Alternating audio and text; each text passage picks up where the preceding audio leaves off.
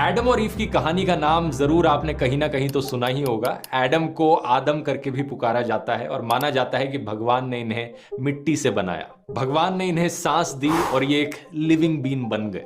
वैसे पूरे वीडियो के दौरान मैं भगवान, गॉड और ईश्वर जैसे शब्दों का प्रयोग करूंगा, लेकिन इन सब का मतलब एक ही है क्योंकि यहां पर हम मोनोथीज्म की बात कर रहे हैं। तो शब्द कोई भी हो, एक ही भगवान को रेफर किया जा रहा है। साल 1500s में एक बड़े फेमस पेंटर रहते थे माइकल एंजेलो नाम से। इन्होंने ये बड़ी ऐतिहासिक पेंटिंग बनाई जो कि आज के दिन आपको वेटिकन सिटी के म्यूजियम में मिलेगी। इस पेंटिंग में दिखाना चाह रहे हैं कि कैसे भगवान ने एडम को क्रिएट किया। एडम को बनाने के बाद उन्हें गार्डन ऑफ ईडन में प्लेस कर दिया। इस गार्डन में दो पेड़ लगे हुए थे। पहले पेड़ का नाम द ट्री ऑफ लाइफ और दूसरे पेड़ का नाम the tree of knowledge of good and evil. भगवान ने कहा कि जो खाना है खा लो, बस इस दूसरे पेड़ से कोई फल तोड़कर मत खाना, बस मेरी एक ही एक कंडीशन है। फिर भगवान ने सोचा कि ये एक आदमी अकेला बड़ा लोनली फील करेगा, कोई ना कोई हेल्पर जरूर होना चाहिए इसके साथ। तो इसके बाद फिर भगवान ने जमीन से जानवरों और चिड़ियों को बनाया, लेकिन कोई भी सूटेबल हेल्पर नहीं था। फिर भगवान ने एडम को सोने भेजा और जब वो सो रहा था तो उसकी बॉडी से एक हड्डी निकाली और उस हड्डी से एक औरत को बनाया। इस औरत का नाम एडम ने ईव रखा। ईव को एवा भी बुलाया जाता है, जिसका मतलब लाइफ होता है। एक दिन क्या होता है कि एक सांप आकर ईव को बहकाने की कोशिश करता है कि ये फॉरबिडन फ्रूट को खा लो।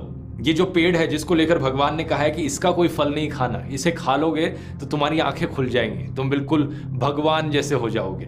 तो बहकावे में आकर ईव उस फल को खा लेती है और अपने पति एडम को भी खिला देती है। और जब भगवान को ये चीज पता चलती है तो उन्हें बहुत गुस्सा आता है। गुस्से में वो उन्हें श्राप देते हैं। सांप को कर्स किया जाता है कि वो अपनी पूरी जिंदगी अब अपने पेट के बल ही क्रॉल करते रहेगा और धूल मिट्टी खाएगा अपनी पूरी जिंदगी। औरत को श्राप दिया जाता है कि उसे बच्चे पैदा करने होंगे और बच्चे पैदा करते वक्त बहुत भारी लेबर पेन्स होंगे, दर्द होगा। और एडम को श्राप दिया जाता है कि पूरी जिंदगी उसे काम करते रहना पड़ेगा, हार्ड वर्क करना पड़ेगा खाना खाने के लिए। और इसी के साथ साथ गार्डन ऑफ ईडन से एडम और ईव दोनों को बाहर निकाल फेंका जाता है और वो अपनी बाकी की जिंदगी धरती पर जाकर बिताते हैं। बड़ी ही इंटरेस्टिंग कहानी है। इसे ढेरों बार रेफर किया गया है पॉप कल्चर में, फिल्मों में। एक फिल्म जो मैंने देखी थी नोइंग नाम से, 2009 की साइंस फिक्शन फिल्म है। इस फिल्म के एंड में एडम और ईव को दर्शाया जाता है।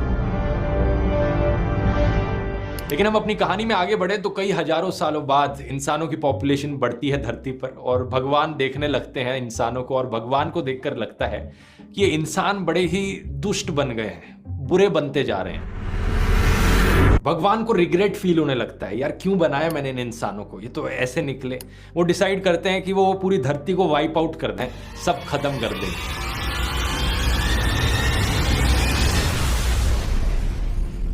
लेकिन इसी बीच एक अच्छा इंसान होता है नोआ नाम से। क्रिश्चियंस इन्हें नोआ करके पुकारते हैं और मुस्लिम्स इन्हें नू बुलाते हैं। तो भगवान की आंखों में नोआ एक बहुत अच्छा इंसान था, इसलिए भगवान ने सोची कि मैं बता देता हूं कि मैं क्या करने जा रहा हूं। इन्होंने नोआ को बोला कि देखो मैं एक बहुत बड़ी बाढ़ लाने वाला हूं धरती पर, एक ग्रेट फ्लड आएगा, सब कुछ खत्म हो जाएगा, लेकिन तुम्हें एक बड़ी सी बोट बना लेनी चाहिए। इस बोट पर तुम खुद बैठना, अपनी वाइफ को बिठाना, अपने 3 बेटे हैं उनकी वाइफ्स को साथ में ले चलना, और इसके अलावा जो भी लिविंग ऑर्गेनिज्म है उस हर एक लिविंग ऑर्गेनिज्म का एक मेल और एक फीमेल इस बोट पर अपने साथ रखना। और ऑब्वियसली सफिशिएंट खाना भी अपने साथ लेकर जाना ताकि सब जिंदा बचे रह सके। तो भगवान नोआ का इंतजार करते हैं इस बोट को बनाने का, और जब ये हो जाती है पूरी तो पूरी धरती पर बाढ़ आ जाती है। लगातार 40 दिन और 40 रातों तक बारिश होती रहती है। सब कुछ पानी के अंदर डूब जाता है धरती पर 150 दिन तक। लेकिन नोआ की जो बोट थी,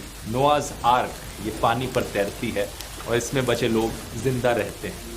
फाइनली जाकर ये नाव इरारत की पहाड़ियों पर पहुंचती है, इकलौती जगह जो पानी के अंदर नहीं डूबी है। टाइम के साथ साथ पानी नीचे आने लगता है और सारे जो लोग थे इस नाव में वो बाहर आते हैं और लाइफ को जीने का एक नया मौका मिल पाता है। एक और साइंस फिक्शन फिल्म में रेफर करना चाहूंगा जिसमें इनडायरेक्ट रेफरेंस थी नोआज आर्क की, ये 2012। इस फिल्म के एंड में सब कुछ पानी के अंदर डूब जाता है, लेकिन कुछ नाव बनाई जाती हैं जहां पर बचे हुए इंसान जिंदा बच पाते हैं।